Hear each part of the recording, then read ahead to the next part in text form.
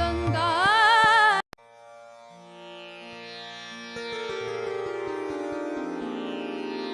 शिव हरा हे भव हरा शिव हरा हे भव हरा शिव हरा हे भव हरा मुकलो अतिसुरम्य तव पदा।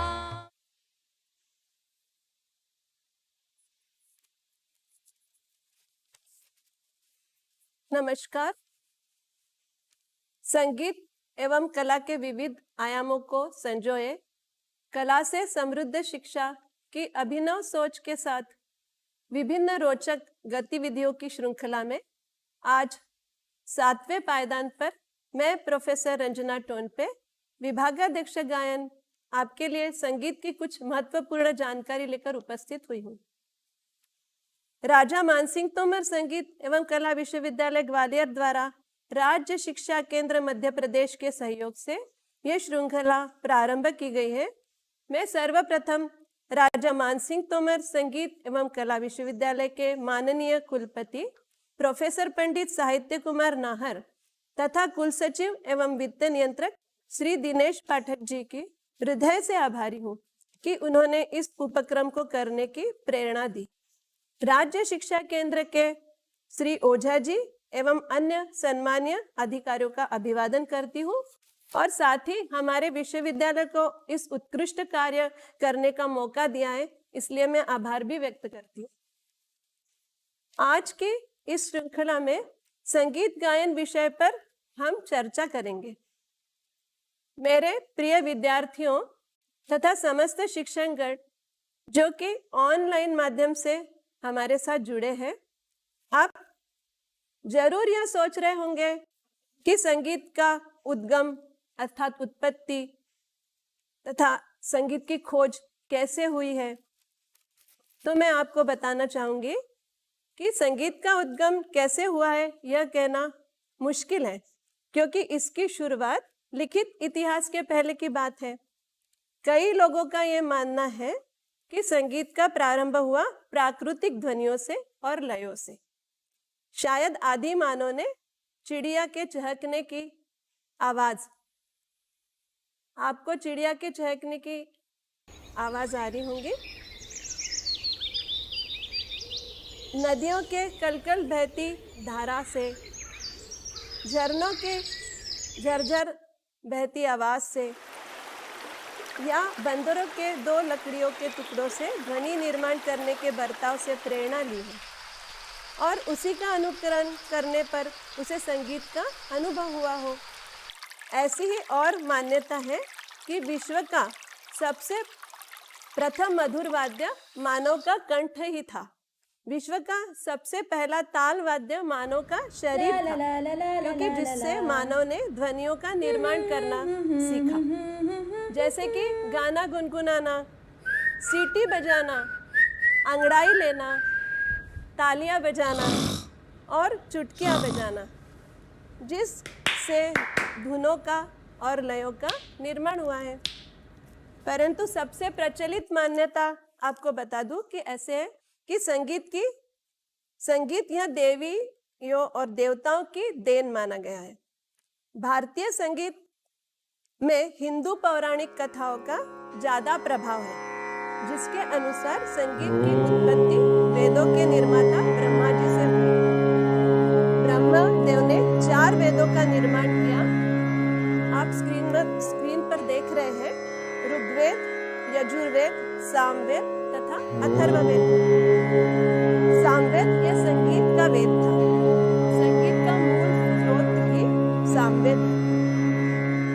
ब्रह्मदेव ने यह कला शिव को प्रदान की, ऐसा कहा जाता है, और शिव ही नटराज का एक स्वरूप है। शिव जी से सरस्वती जी ने इस कला को ग्रहण किया, अतः सरस्वती जी को भी वीणावादिनी कहा गया है। हमारे समग्र कलाओं की देवी सरस्वती जी को ही हम मानते हैं और सरस्वती जी से इस कला को नारद जो गंधर्व नारद ने इसे सीखा। इसके बाद नारद जी ने अन्य गंधर्वों को इसको सिखाया, ऐसा कहा जाता है। फिर इन्हीं से महर्षि भरत आदि ऋषियों ने इस कला को प्राप्त करके इसका मूल होकर प्रचार प्रसार किया। आप स्क्रीन पर विभिन्न चित्र दिखाई दे रहे हैं, उसके कारण आपको ये समझ में आ गया होगा कि जो मान्यता थी कि देवियों और देवताओं की देन है भारतीय संगीत। अब कुछ विद्वानों का ऐसा भी कहना है कि संगीत का जन्म पक्षियों से मानते हैं, जैसे कि मोर से षडज। मोर की आवाज यदि सुनते हो तो उसमें सा षडज का आभास होता है। चातक अर्थात घोड़े से ऋषभ, बकरी से गांधार, कौवा से मध्यम। आप कोयल की आवाज सुनते हैं ना, कोयल की आवाज से हम पंचम स्वर का अनुभव करते हैं। मेंढक से धैवत और हाथी से निषाद, इन स्वरों की उत्पत्ति हुई है। ऐसी भी मान्यता कई विद्वान अपने ग्रंथों में प्रमाण सहित प्रस्तुत करके गए हैं। कुछ विद्वान संगीत का जन्म बुलबुल नामक एक विशेष पक्षी से मानते हैं। अब ये संगीत का जो इतिहास है, इसको हम 4 भागों में विभक्त करेंगे। यानी ये 4 काल, जैसे प्रथम जो काल है वैदिक काल, दूसरा काल है प्राचीन काल, तीसरा मुगल काल और चौथा आधुनिक काल।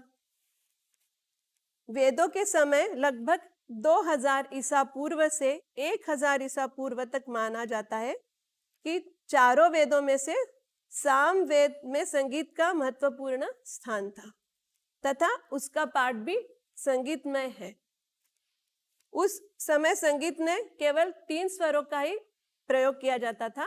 उन 3 स्वरों के नाम थे उदात्त, अनुदात्त और स्वरित। आप स्क्रीन पे चार्ट देख रहे हैं जिसमें कि 4 काल आपको दिखाई दे रहे हैं। मैं एक एक काल के बारे में आपको समझा रही हूं। रामायण महाभारत ग्रंथों में उल्लेखित संगीत प्रसंगों में इन कालों के संगीत की जानकारी प्राप्त होती है। रामायण काल में रावण को संगीत का प्रकांड विद्वान बताया गया है। लवकुश द्वारा रामायण काल में संगीत में राम कथा गाने का भी प्रमाण ग्रंथों में उपलब्ध है। जैन बुद्ध काल में भगवान बुद्ध के संपूर्ण सिद्धांतों के गीतों की लड़ियों में पिरो दिया गया था और उसका सुंदर ढंग से गायन करके गांव-गांव और नगर-नगर की सुप्त जनता को जागरण के भव्य पथ पर लाया गया। इस काल में वीणा पर भी गायन किया जाता था। हम आगे चलते हैं तो इसके पश्चात मौर्य काल में सम्राट अशोक ने संगीत को उच्च स्तर पर प्रतिष्ठित करने का प्रयास किया। आप स्क्रीन पर सम्राट अशोक का चित्र देख रहे हैं तो आपको समझ में आ रहा होगा कि इतिहास में किन किन लोगों ने हमारे संगीत को प्रतिष्ठित करने के लिए, उसका विकास करने के लिए प्रयास किया है। सम्राट अशोक ने साधारण जन में धर्म के साथ संगीत जोड़ने का प्रयास किया। अब हम कनिष्क काल तथा गुप्त काल के मध्य के काल में जाएंगे तो इस काल में भरत का नाट्य शास्त्र ग्रंथ लिखा गया। भरत का नाट्य शास्त्र ग्रंथ में गायन, वादन, नृत्य एवं वाद्यों की उत्पत्ति का विवेचन किया गया है और भरत का नाट्य शास्त्र संगीत का प्रथम तथा आधार ग्रंथ इसको माना जाता है। गुप्त काल के प्रारंभ में ही विभिन्न ग्रंथकारों ने ग्रंथ लिखे, जिसमें कि दत्तिल ने दत्तिलम ग्रंथ की रचना की। इस काल में शास्त्रीय संगीत का बहुत ही अधिक प्रचार प्रसार हुआ, ऐसा कहा जाता है। इस काल में मतंग ने ग्रंथ बृहदृष्य की रचना की। इस काल में इतना संगीत का प्रचार प्रसार हुआ कि इस काल को स्वर्ण युग या स्वर्ण काल भी कहा जाने लगा। शास्त्रीय संगीत सामंतों के दरबारों में फलने फूलने लगा था, अर्थात जो राज दरबार थे उसमें संगीतज्ञों को बुलाया जाता था और उनका संगीत की महफिलें हुआ करती थी। संगीत में जब दरबारों में संगीत आने लगा तो वो संगीत श्रृंगार प्रधान था। इस कारण इसका जो प्राचीन स्वरूप था वो लुप्त होता हुआ प्रायः देखा गया। इस काल में अभिनव भारती, भरत भाष्य और संगीत रत्नाकर आदि ग्रंथों की रचना की गई। अब हम चलते हैं 1556 से 1605 तक, जो कि अकबर बादशाह का काल है, मुगल काल। तो अकबर बादशाह के बारे में आपने सब जानते हो। अकबर बादशाह कला प्रेमी थे। उनके दरबार में 9 रत्न थे और 9 रत्नों में गायक और वादक कलावंत थे, और उन्हीं गायक वादक कलावंतों में से संगीत सम्राट तानसेन भी एक थे। आप जानते हैं कि ग्वालियर के पास बेहट स्थित गांव में तानसेन अर्थात तन्ना मिश्र का जन्म हुआ था। और ग्वालियर में आपने सुना होगा बच्चों कि साल में एक बार बहुत बड़ा तानसेन संगीत समारोह का आयोजन किया जाता है। और आप जब कभी ग्वालियर आएंगे तो तानसेन संगीत समारोह में जरूर शिरकत करेंगे, जरूर आप उसको सुनेंगे, तो आपको संगीत के बारे में विविध जानकारियां उपलब्ध होंगी। इसी काल में ग्वालियर के राजा मानसिंह तोमर, जिन्होंने ध्रुपद गायकी का प्रचार प्रसार किया।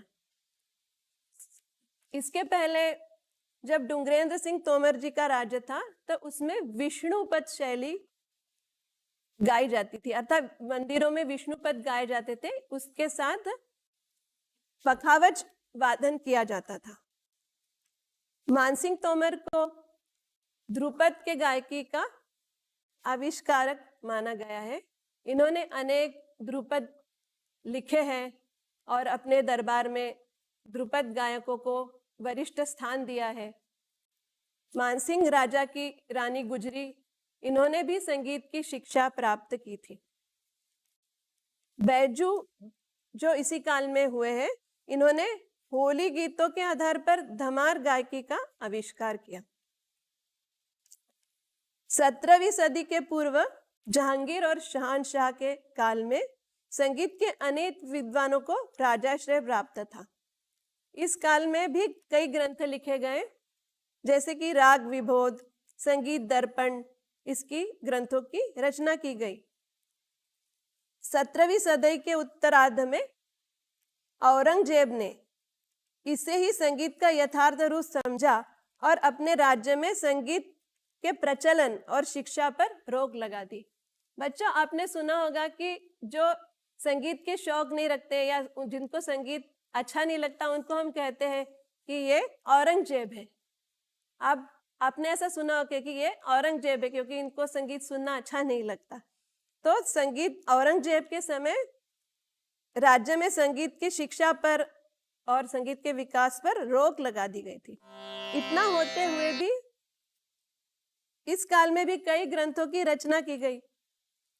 अब 18वीं सदी के पूर्वार्ध में मोहम्मद शाह रंगीले, जिन्होंने पुनः राज दरबार में संगीत कलाकारों को राजाश्रय दिया और कई प्रकार की राग रागिनी बंदिशें उन्होंने बनाई।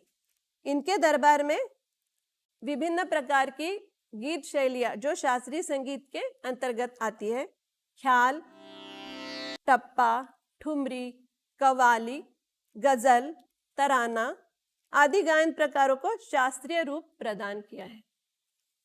इसी काल में कहते हैं कि तबला वादन का भी प्रचार में आया और इन गीत शैलियों में तबला वादन करने लगे तबला वादक। इनके दरबार में सदारंग अदारंग, शोरी मियाँ, गुरुराम रसूल आदि संगीतज्ञों को राजाश्रय प्राप्त था। अब नेक्स्ट जो काल आता है वो अंग्रेजों का काल। अंग्रेजों ने सदैव ही भारतीय संगीत की उपेक्षा की है। वह न तो भारतीय संगीतज्ञों का सम्मान करना जानते थे, न उनको प्रोत्साहन करते थे। ऐसे भारतीय जो पाश्चात्य सभ्यता में रंग गए थे, भारतीय संगीत की उपेक्षा ही करने लगे। वो परिणाम स्वरूप भारतीय संगीत ऐसे लोगों के हाथों चला गया कि जो समाज द्वारा घृणित दृष्टि से उनको देखा जाता था। अतः प्रतिभाशाली और कुलीन घराने के व्यक्ति संगीत के संपर्क में भी नहीं आना चाहते थे। इस समय तक भारत में अनेक प्रकार के मत प्रचार में आ चुके थे, जैसे कि उत्तर भारतीय संगीत और दक्षिण भारतीय संगीत। उत्तर भारतीय संगीत की जहां हम बात करेंगे तो उत्तर भारतीय संगीत में कई घरानों का प्रादुर्भाव हुआ और उस घरानों में ग्वालियर घराना, पैतृक घराना, यानी ग्वालियर घराने से ही जितने भी घराने परंपरा स्थापित हुई है, सब उसका ग्वालियर घराना ही पैतृक घराना है। तो हम आज मध्य प्रदेश में स्थित ग्वालियर घराने का ही इतना महत्व है। और मैं जहाँ से बोल रही हूँ, आपके सामने ये चर्चा कर रही हूँ, मैं भी ग्वालियर घराने की एक गायिका हूँ। 20वीं शताब्दी के पूर्वार्ध में 1901 से लेकर 1946 तक रविंद्र संगीत प्रचार में आया।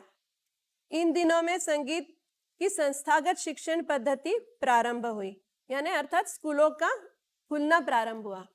स्वर्गीय श्री विष्णु दिगंबर पलुस्कर जी ने सर्वप्रथम 5 मई 1901 में लाहौर में गंधर्व महाविद्यालय नाम से एक स्कूल खोला। 1909 में बंबई में, 1940 में इसकी शाखाएं दिल्ली में स्थापित की। सन 1917 में बड़ौदा में म्यूजिक कॉलेज खोला गया। इसी काल में 1926 में स्वर्गीय विष्णु नारायण भातखंडे जी ने संगीत का एक कॉलेज, जिसका आधुनिक नाम भातखंडे यूनिवर्सिटी जो लखनऊ में स्थित है, उसकी स्थापना की। साथ ही दूसरा जो ग्वालियर में स्थापित किया, उसका नाम है माधव संगीत महाविद्यालय। और इन विद्यालयों में संस्थागत शिक्षण पद्धति प्रारंभ हुई।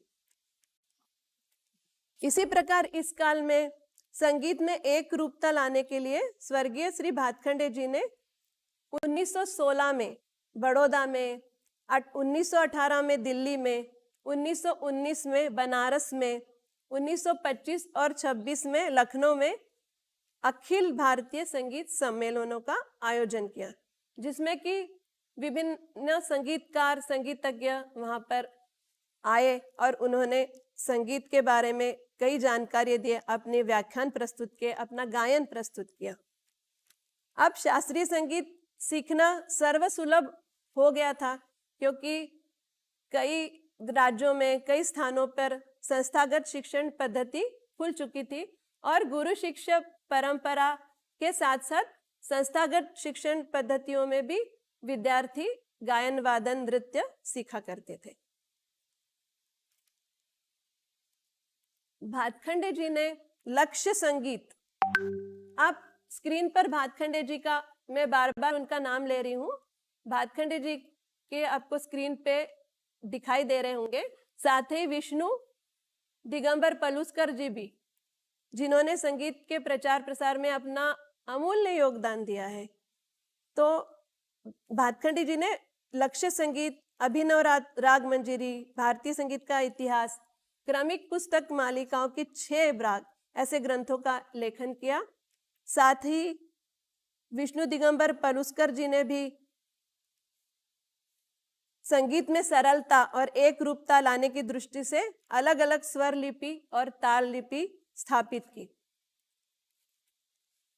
अब आगे जब हम जाएंगे तब आपको स्वर लिपि और ताल लिपि के बारे में विस्तृत जानकारी देंगे। 20वीं शताब्दी के उत्तरार्ध काल में शास्त्रीय एवं सुगम संगीत का जन जन में प्रचार एवं प्रसार बढ़ा। जनमानस में संगीत के प्रति रुझान, अपनी सरकार, मीडिया, वैज्ञानिक उपकरणों ने संगीत को काफी गतिशीलता प्रदान की। वर्तमान भारतीय संगीत अति समृद्ध हुआ और पूरे विश्व में उसका प्रचार प्रसार होकर उसने उच्च स्थान प्राप्त कर लिया। विश्व के कई देशों में विश्वविद्यालयों में भारतीय संगीत की शिक्षण की भी व्यवस्था प्रारंभ की गई और हमारा जो शास्त्रीय संगीत है, भारतीय शास्त्रीय संगीत विश्व में भी बहुत प्रचार प्रसारित होने लगा। 19 अगस्त 2008 को मध्य प्रदेश के ग्वालियर में राजा मान सिंह तोमर संगीत एवं कला विश्वविद्यालय की स्थापना की गई।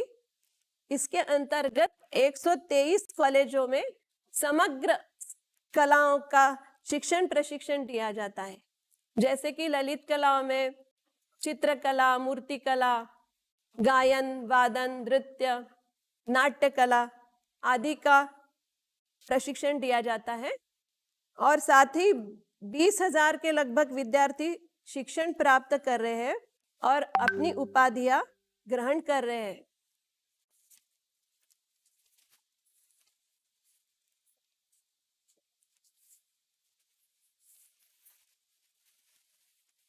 अभी तक हम संगीत के इतिहास के बारे में जानकारी ले रहे थे, तो आपने ये समझा कि वैदिक काल, अंग्रेजों का काल, वर्तमान काल में किस प्रकार संगीत का प्रचार प्रसार हुआ, यहाँ पर किन किन संगीतज्ञों ने अपना योगदान दिया, कहाँ कहाँ संगीत के स्कूल, कॉलेज खोले गए।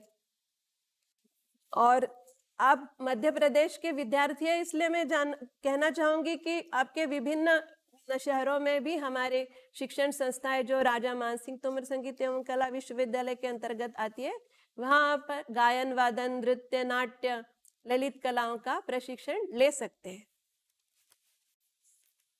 अब मैं आपको संगीत की बारे में जानकारी दूंगी कि संगीत किसे कहते हैं।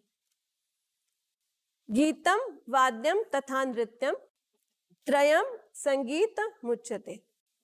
गीत, वाद्य और नृत्य ये तीनों मिलकर संगीत कहलाते हैं। संगीत शब्द के अंतर्गत गायन, वादन तथा नृत्य इन तीनों कलाओं का समावेश होता है। संगीत एक उत्कृष्ट ललित कला है जिसका मुख्य आधार नाद अथवा आवाज है। इस कारण संगीत कला को नाद ब्रह्म भी कहते हैं।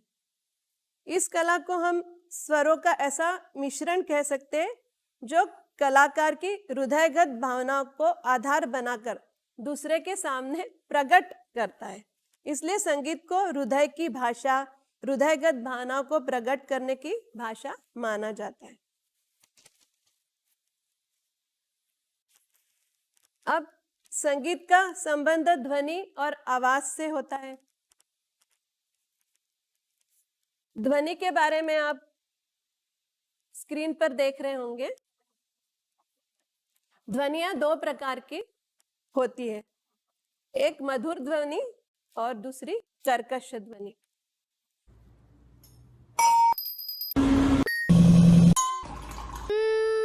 आप ये आवाज सुन रहे हैं,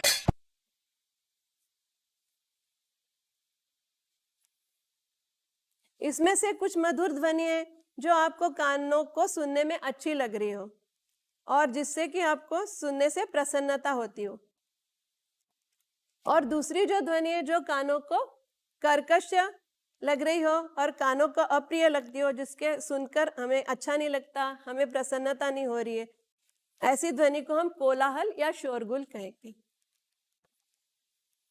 ध्वनि दो प्रकार की भी हो सकती है।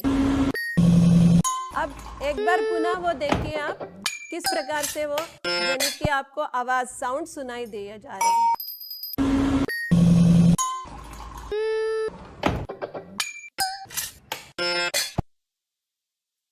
ये जो साउंड आवाज ध्वनियां आपको सुनाई दे रही है, इसमें आपको सा रे ग म प ध नि इस 7 स्वरों का ध्वनि सुनाई दे रही होगी। ऐसा लग रहा होगा कि ये सुर बज रहे हैं।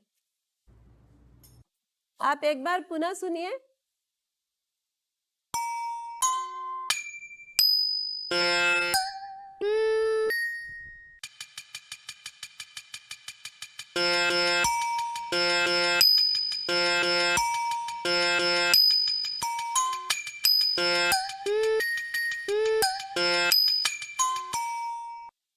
आपको कुछ मधुर आवाज सुनाई दे रही होंगी ना, तो यही जो ध्वनि है, इसको हम जो हमारे कानों को मधुर लगती हो और वो सुनने में अच्छी लगती हो, इसको हम हमारे संगीत में उपयोग में लाते हैं।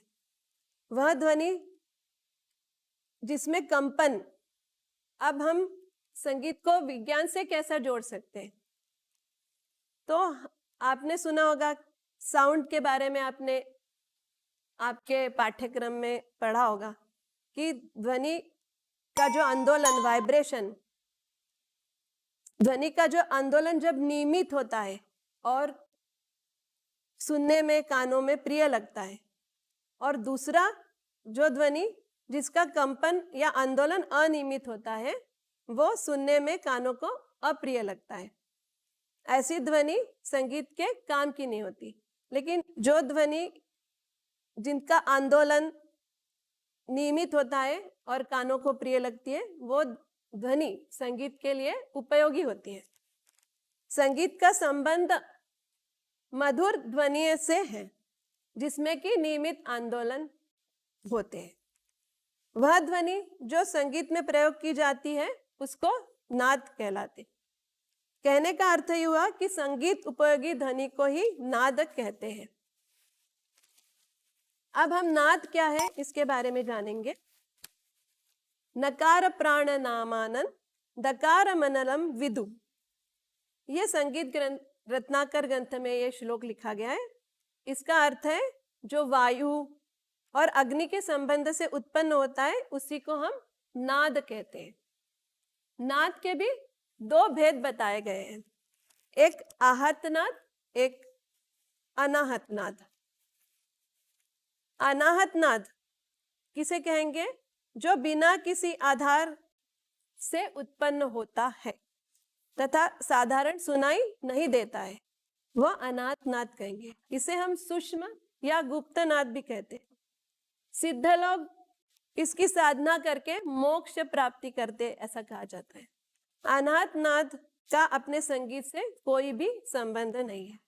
यह नाद स्वयं उत्पन्न होता है। इसका प्रयोग देवी देवताओं के संगीत के लिए भी होता है, ऐसी भी मान्यता है। अब हम चलेंगे आहत नाद की ओर। जो नाद किसी आघात के द्वारा उत्पन्न होता है उसे आहत नाद कहते हैं। देशी अथवा प्रचलित संगीत में इसी नाद का प्रयोग होता है। यह नाद 3 प्रकार से उत्पन्न हो सकता है।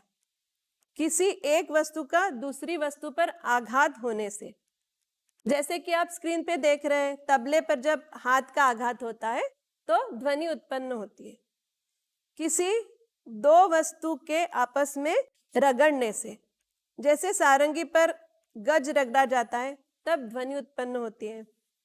किसी वस्तु में जब हवा का प्रयोग होता है अथवा जब हवा भरी जाती है, निकाली जाती है, जैसे कि आप बांसुरी, जो कि कृष्ण बांसुरी बजाते थे, शहनाई, आप देखते होंगे बच्चों कि शादियों में शहनाई बजाई जाती है, तो आपने ये 2 वाद्य तो जरूर देखे होंगे, बांसुरी और शहनाई। तो ये हवा भरने से इसमें ध्वनि उत्पन्न होती है। इस प्रकार कंठ में भी वायु के प्रवेश से कंठ की स्वर तंत्रियां कंपित होती है और ध्वनि उत्पन्न होती है। आप स्क्रीन पे चित्र देख रहे होंगे और उससे आपको स्पष्ट होता होगा।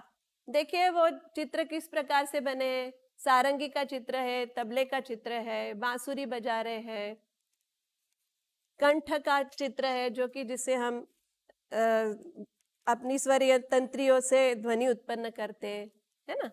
आपको ये ध्वनि के बारे में, नाद के बारे में हमने अभी तक समझाया। अब हम श्रुतियां, वह आवाज जो गीत में प्रयुक्त की जा सके और एक दूसरे से अलग तथा स्पष्ट पहचानी जा सके, इसको श्रुति कहलाते हैं। कुल 22 श्रुतियां मानी गई है। हृदय स्थान से 22 नाड़ियों से 22 श्रुतियां स्पष्ट सुनी जा सकती है, ऐसा कहा गया है। इन्हीं 22 श्रुतियों में से हम 12 स्वर चुनकर इन्हें संगीत में प्रयुक्त करते हैं। अब संगीत में 12 स्वर है, तो इन 12 स्वरों के बारे में हम आपको जानकारी देंगे। संगीत में जो 12 ध्वनि आवृत्तियों को संगीत के सुर के रूप में पहचाना जाता है और इसमें भारतीय शास्त्रीय संगीत में इसको स्वर कहा गया है। स्वरों का जो समूह होता है उसको हम सरगम कह सकते हैं। और इन 12 जो स्वर हैं, इन 12 स्वरों को में से 7 मुख्य स्वर होते हैं। जो 7 मुख्य स्वर होते हैं वो 7 मुख्य स्वर है षडज अर्थात सा, ऋषभ अर्थात रे, गंधार अर्थात ग, मध्यम अर्थात म, पंचम यानी प, धैवत यानी ध, निषाद यानी नी। पीछे मैंने बताया कि किस प्रकार पक्षियों के आवाज के अलग अलग सा रे ग म प ध नि ये सुर निकलते हैं, है ना। तो इन्हें ही संक्षिप्त में हमें सा रे ग म प ध नि ऐसा कहते हैं। आपने संगीत का जब नाम आता है तो सभी लोग कहते हैं अरे सा रे ग म प ध नि यही होता है ना संगीत। तो मैं ये जानना चाहती हूँ उसके बारे में, आपको उसके सा को क्या कहते हैं, ऋषभ को रे कहते हैं, गंधार को ग कहते हैं, मध्यम को म कहते हैं। इस प्रकार से मैंने 7 स्वरों के बारे में आपको जानकारी दी। अब स्वर के 2 रूप होते हैं, एक तो शुद्ध रूप और एक विकृत रूप। शुद्ध स्वर अथवा अचल स्वर, जब 7 स्वर अपने निश्चित स्थान पर होते हैं तो उन्हें शुद्ध स्वर या प्राकृतिक स्वर कहलाते हैं।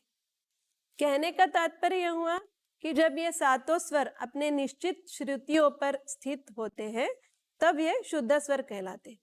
परंतु इन 7 स्वरों में सा रे ग म प ध नि स्वर शुद्ध रूप के अतिरिक्त अपने विकृत रूपों में भी, अर्थात ये अपने स्वर या अपने स्थान से कभी कभी ऊपर या नीचे होते हैं, इसलिए इनके दोनों रूप होते हैं। इन 7 स्वरों में से केवल सा यानी षडज और पंचम ये अपने रूप नहीं बदलते, इनको अचल स्वर कहा गया है। इन दोनों स्वरों को कौन से, सा प, ये जो 2 सुर है ये अचल स्वर हों। अब जो आपको स्क्रीन पर ये दिखाई दे रहा होगा शुद्ध स्वर,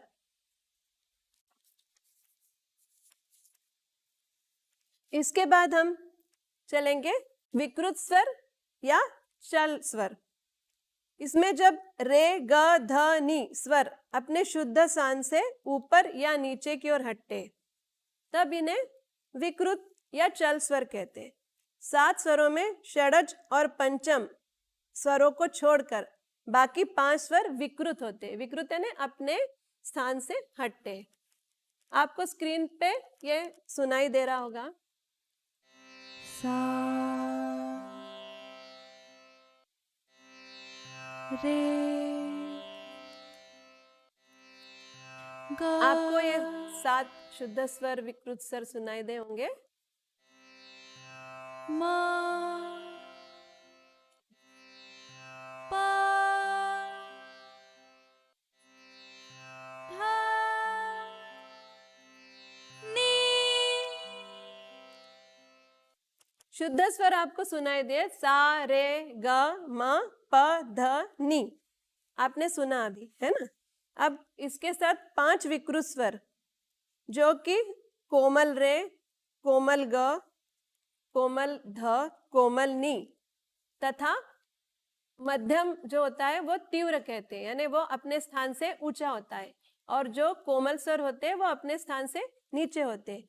तो भातखंडे जी ने मैं स्वर लिपि पद्धति का जो बात कर रही थी अभी पीछे, तो उसमें उन्होंने हर सुर को अपने संगीत की एक भाषा बनाई, एक संगीत में उन्होंने चिन्ह स्थापित किए, जिसमें कि हम जो शुद्ध स्वर है उनके ऊपर कोई चिन्ह नहीं देंगे, लेकिन जो विकृत स्वर है, जैसे कोमल कहेंगे तो उसके स्वर के नीचे आड़ी दंडी देंगे, और हम वो स्वर यदि तीव्र कहेंगे तो उसके नीचे ऊपर खड़ी दंडी देंगे।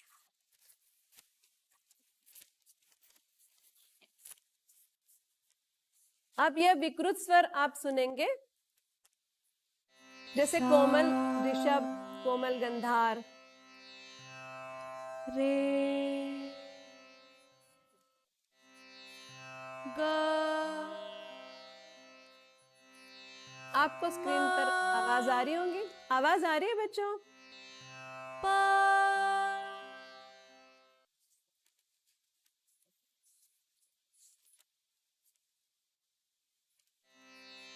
धा नी। आपको ये सुनाई दे रहे होंगे कि कोमल स्वर कैसे थे और शुद्ध स्वर कैसे से, विकृत स्वर कैसे थे। अब हम ये पूरे स्वर फिर से सुनते हैं। सा रे रे ग ग म म प धा धा नी नी। अभी आपने शुद्ध और विकृत स्वर सुने। अब आप आगे जाएंगे तो हम सप्तक के बारे में जानकारी करेंगे कि 7 स्वरों के समूह को जब एक क्रम में कहा या लिखा जाता है तो उसे हम सप्तक कहते हैं। संक्षेप में हम यह कह सकते हैं कि सप्तक के 7 स्वरों क्रमानुसार होते हैं। उदाहरण के लिए सारे गम पधनी एक यह सप्तक हुआ। सप्तक में यह ध्यान रखा जाता है कि 7 स्वर एक दूसरे के बाद आए। एक सप्तक में सा स्वर से नी स्वर तक होता है, एक सप्तक सा स्वर से नी तक होता है। सप्तक हम 3 प्रकार के होते हैं, जैसे मंद्र सप्तक, मध्य सप्तक तथा तार सप्तक। मंद्र सप्तक हम जिसे कहेंगे साधारण आवाज में दुगनी नीची आवाज, यानी हम जो इस आवाज में अभी मैं बोल रही हूँ ना, इससे नीचे दुगनी नीचे आवाज को हम मंद्र सप्तक की आवाज कहेंगे। साधारण आवाज जिसे बोलने या जिन स्वरों को गाने में हमारे गले में कोई कष्ट नहीं होता और कोई गले पे जोर नहीं पड़ता, इस आवाज से दुगनी नीचे आवाज जिसमें स्वर गाने से हृदय पर जोर पड़ता है, वो मंद्र सप्तक की आवाज कहलाती है। और इसके बाद मध्य सप्तक, जो कि वह आवाज जो न कि अधिक नीची हो न अधिक ऊंची हो, अर्थात बीच की आवाज को हम मध्य सप्तक यानी बोलचाल की आवाज, जो अभी हम जिस आवाज में बोल रहे हैं वो मध्य सप्तक में, कोई ऊंची आवाज में तो बोल नहीं रही हूँ और न मैं नीची आवाज में बोल रही हूँ। जब हमको किसी को धीरे धीरे बोलना रहता तो हम मंद्र सप्तक की आवाज में बोलते हैं, और जोर से किसी गुस्से में चिल्लाना होगा तो हम ऊंची आवाज में यानी तार सप्तक पे बोलते हैं। या उसी प्रकार हमारे संगीत में भी नीचे स्वर गाने के लिए हम मंद्र सप्तक के सुरों को लेते हैं। मध्य सप्तक में हम साधारण जो सारे गम पधनी मध्य सप्तक में गाते हैं, और ऊंचे स्वर यानी हाई पिच में गाने के लिए हम तार सप्तक में गाते हैं। मध्य सप्तक से ऊंची दुगनी आवाज को तार सप्तक की आवाज कहते हैं। इस सप्तक के स्वरों को उच्चारण करते हुए यानी थोड़ी आवाज बढ़ाना पड़ती है या थोड़ा जोर लगाना पड़ता है। इस सप्तक के स्वरों को गाने से हमारे तालु और मस्तक पर भी प्रभाव पड़ता है। हारमोनियम आपने देखा होगा, हारमोनियम में आप कह रहे हैं कि 7 सुर होते हैं, और हारमोनियम जब देखते हैं या सिंथेसाइजर जब देखते हैं उसमें ज़्यादा कीज दिखती है, लेकिन उसमें भी 3 सप्तक होते हैं, 3 सप्तक मंद्र मध्य तार। इसीलिए हारमोनियम की जो कीज होती है वो ज़्यादा बड़ी होती है, यानी 3 सप्तकों की होती है, और हमारे 7 सुर होते हैं, इसी को ये मंद्र सप्तक की कीज होती है, फिर मध्य सप्तक की, फिर तार सप्तक की, और इसको हमारे गायन में प्रयोग किया जाता है। अब हम संगीत में नाद से श्रुति, श्रुति से स्वर अभी हम देख रहे थे। ये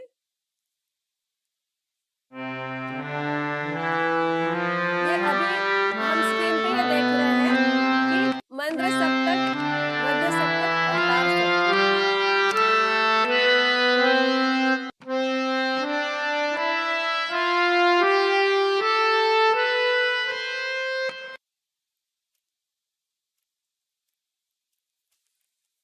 अब हम नाद से श्रुति, श्रुति से स्वर, स्वर से सप्तक की उत्पत्ति, ऐसा हमने बताया, और सप्तक में शुद्ध तथा विकृत कुल मिलाकर 12 स्वर होते हैं। उन्हीं 12 स्वरों में थाटों की उत्पत्ति होती है।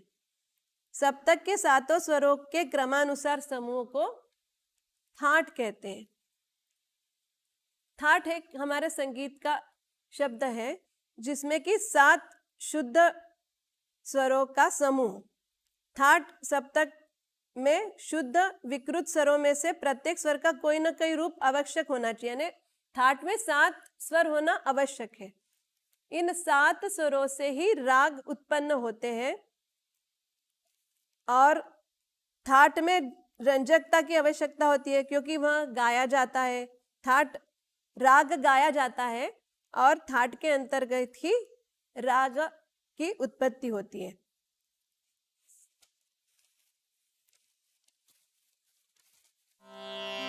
अब हम हिंदुस्तानी संगीत पद्धति के 10 थाट, जो हिंदुस्तानी संगीत पद्धति में भातखंडे जी ने 10 थाट बताए, उनके बारे में जानेंगे।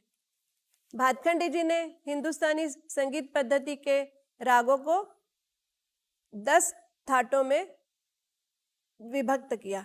इन्हीं थाटों में से रागों का निर्माण होता है। ये 10 थाट हम इस प्रकार से हैं, जैसे कि पहला थाट है कल्याण। पीछे हमने बताया कि सारे गामा पधा निसा, सानी धपा मगरेसा, तो कल्याण ठाट है जिसमें कि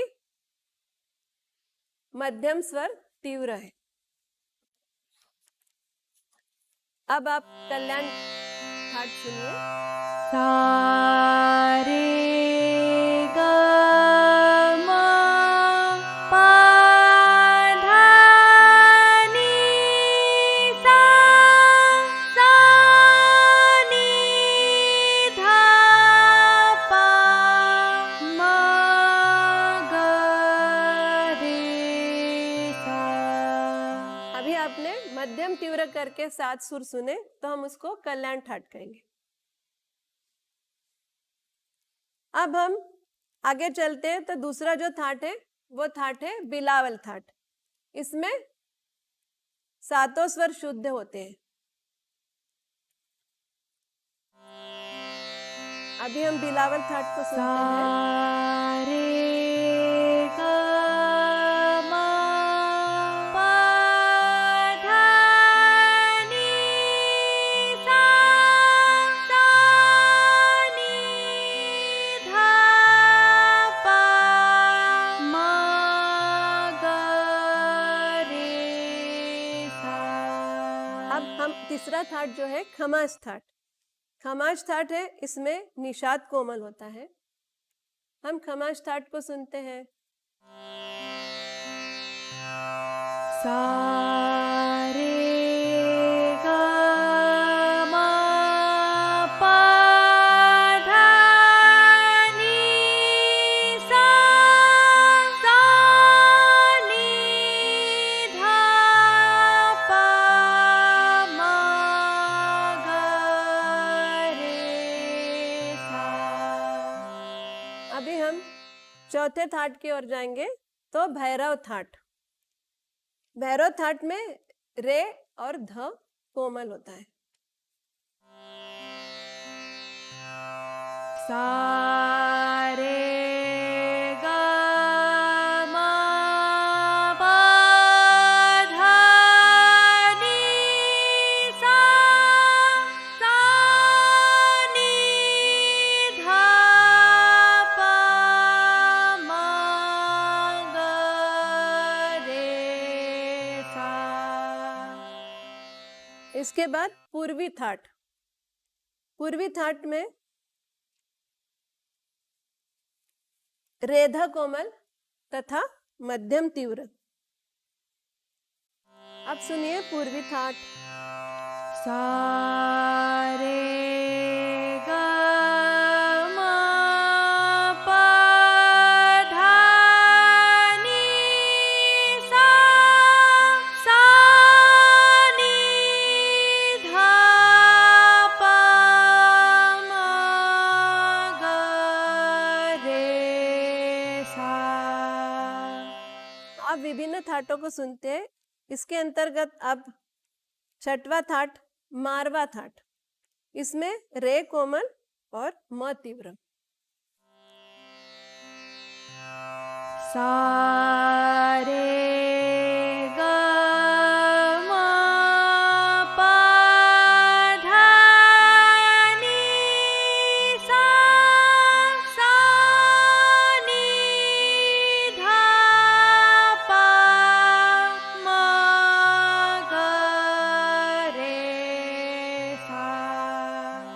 आप हर थाट के सुर आपको अलग अलग सुनाई दे रहे होंगे। अब सुनेंगे काफी थाट।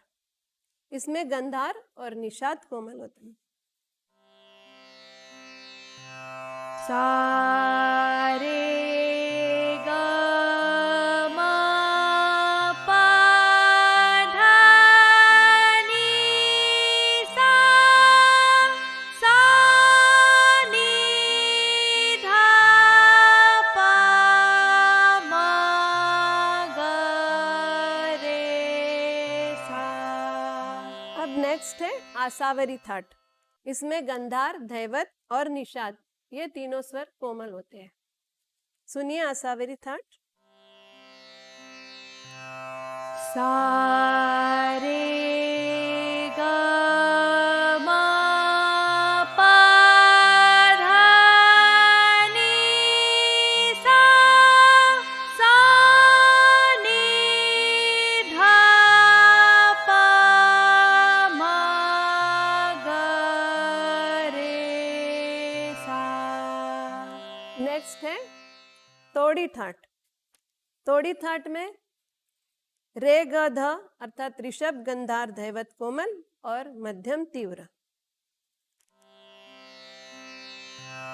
सा रे ग म प ध नि सा नि ध प म ग रे सा। अब अंतिम थाट है भैरवी थाट। इसमें रे ग ध नि कोमल होते हैं। सा रे ग म प ध नि सा नि ध प म ग रे सा। आपने अभी 10 थाट सुने और जिसमें अलग अलग शुद्ध विकृत स्वर आपको सुनाई दिए। इन्हीं 10 थाटों में से ही रागों का निर्माण होता है। राग अर्थात स्वरों तथा वर्णों से की वह अनुपम रचना जिसे सुनकर हमें आनंद प्राप्ति हो, राग कहलाती है। विद्वानों ने राग की परिभाषा इस प्रकार दी है। योयम ध्वनि विशेष वस्तु स्वर वर्ण विभूषिता रंजको जन चित्तानाम स रागा कथितो बुधई। अर्थात ध्वनि की वो विशेष रचना जिसको स्वरों तथा वर्णों द्वारा विभूषित किया गया हो, जो सुनने वालों का चित्त मन मोह ले, वह राग कहलाती है। राग से विभिन्न रसों की भी अनुभूति होती है, इसलिए राग की परिभाषा में कहा गया है कि रचनात्मक राग, इस रसानुभूति से ही सुनने वालों का चित्त आकृष्ट होता है।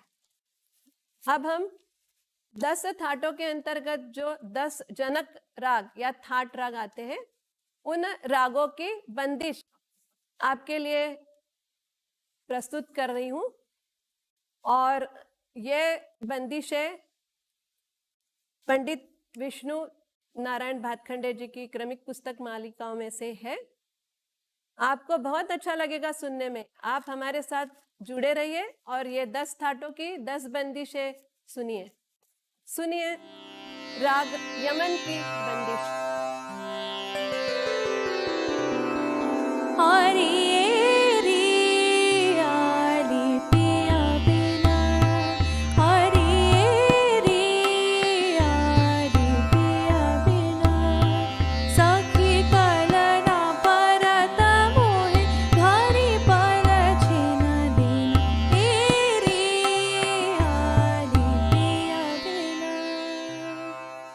अब राग बिलावल, बिलावल के अंतर्गत अलैया बिलावल की बंदिश आप सुनेंगे।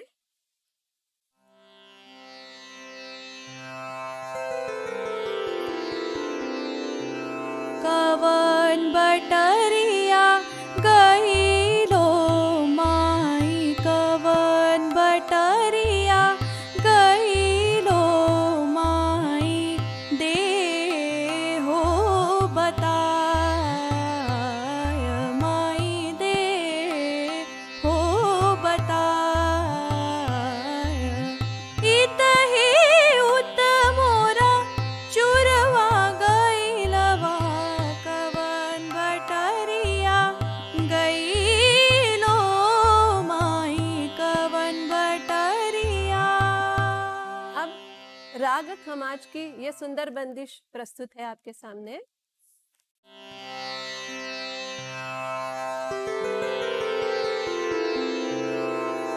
शिव शंकर बम बम भोला रे, शिव शंकर बम बम भोला रे, शिव शंकर बम बम भोला रे, कैलासपते महा।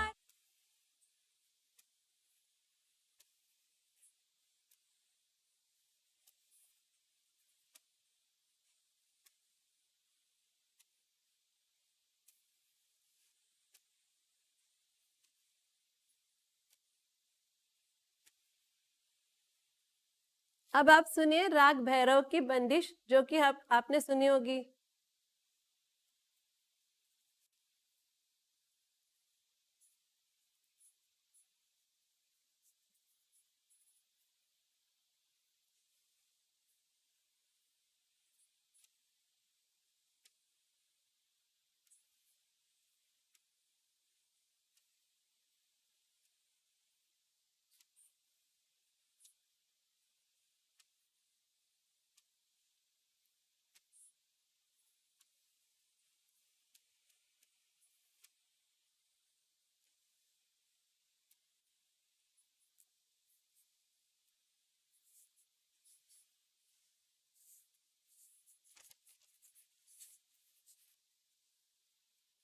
अब सुनिए राग पूर्वी की बंदिश।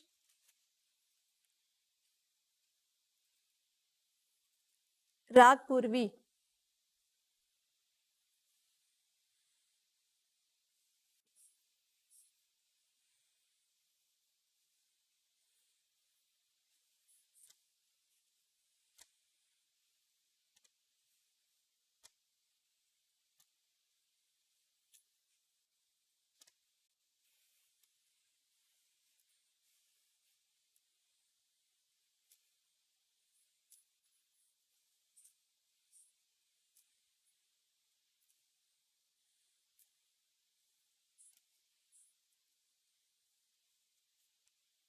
अब सुनिए राग मारवा की बंदिश। बहुत ही खूबसूरत बंदिश है।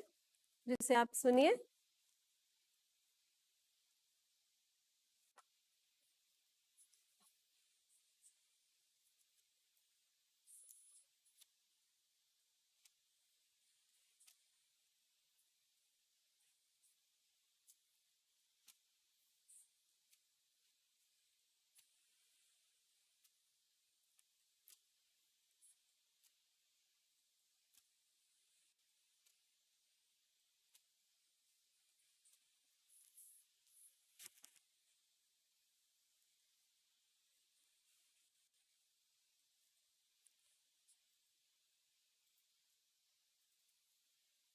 हाँ, अब अगला राग है काफी। काफी राग की ये सुंदर बंदिश सुनिए।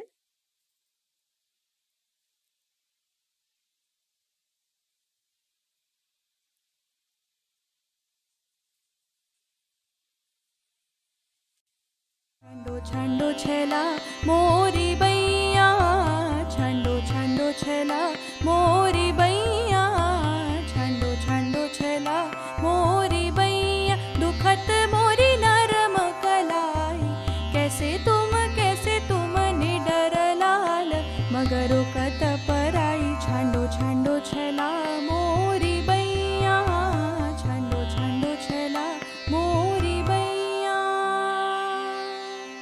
नेक्स्ट राग है आसावरी। इसमें भी एक बंदिश सुनिए।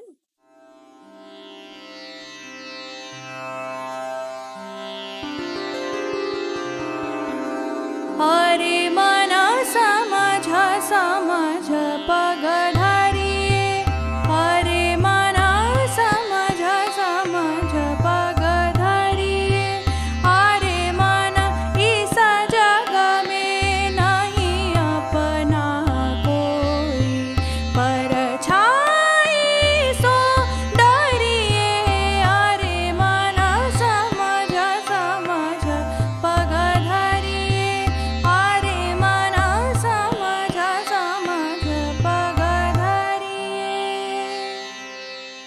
राग तोड़ी की ये प्रसिद्ध बंदिश सुनिए।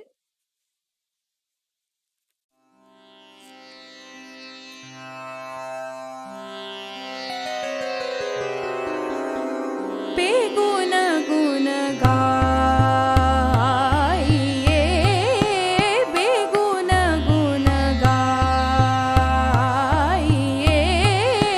बेगुन गुन गाइए, अल्लाह के सामने सभी जाएंगे, तब पूछेंगे बात, बेगुन गुन गाइए, बेगुन गुन गाइए। अब राग अंत में राग भैरवी की एक बंदिश सुनेंगे।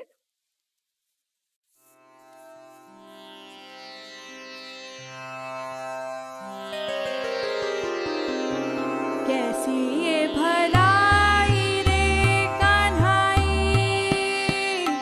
कैसी ये भलाई रे कान्हाई, पनिया भरन मोरी, गगरी गिराई करके डराई, कैसी ये भलाई रे कान्हाई, पनिया भरन मोरी, गगरी गिराई करके डराई, कैसी ये भलाई रे कान्हाई। अभी आपने 10 ठाटों के 10 ठाट जन्य रागों की बंदिशें सुनी। आपको ये बंदिशें सुनकर बहुत मजा आया होगा ऐसे मुझे लगता है, और आपको संगीत सीखने की प्रेरणा हो रही होगी कि हम भी संगीत सीखेंगे, हम भी गायन वादन नृत्य में से कुछ सीखेंगे। अब मैं आज की ये श्रृंखला है ये यहाँ पर समाप्त करने से पहले ये कहना चाहूंगी कि अगले एपिसोड में हम आपको और रोचक बातें बताएंगे, जैसे कि राग के समय सिद्धांत, यानी राग प्रातः काल में, दोपहर में, रात में किस प्रकार से गाए बजा जाते हैं, इनके क्या नियम है। साथ ही हम हिंदुस्तानी संगीत के साथ साथ कर्नाटक संगीत पद्धति के बारे में बताएंगे। साथ ही वाद्यों का वर्गीकरण, जो कि पिछले एपिसोड में अवनद्ध वाद्यों द्वारा बताया गया था, उसको भी हम थोड़ा सा आपके उसके लिए उसका रिवाइज कराएंगे। और अनेक जो हमारी ये ललित कलाएं, संगीत का संबंध अनेक कलाओं से, अनेक संगीत विज्ञान, संगीत मनोविज्ञान, संगीत चिकित्सा, इससे भी है। ऐसे अनेक रोचक विषयों पर हम अगले एपिसोड में आपको बताएंगे।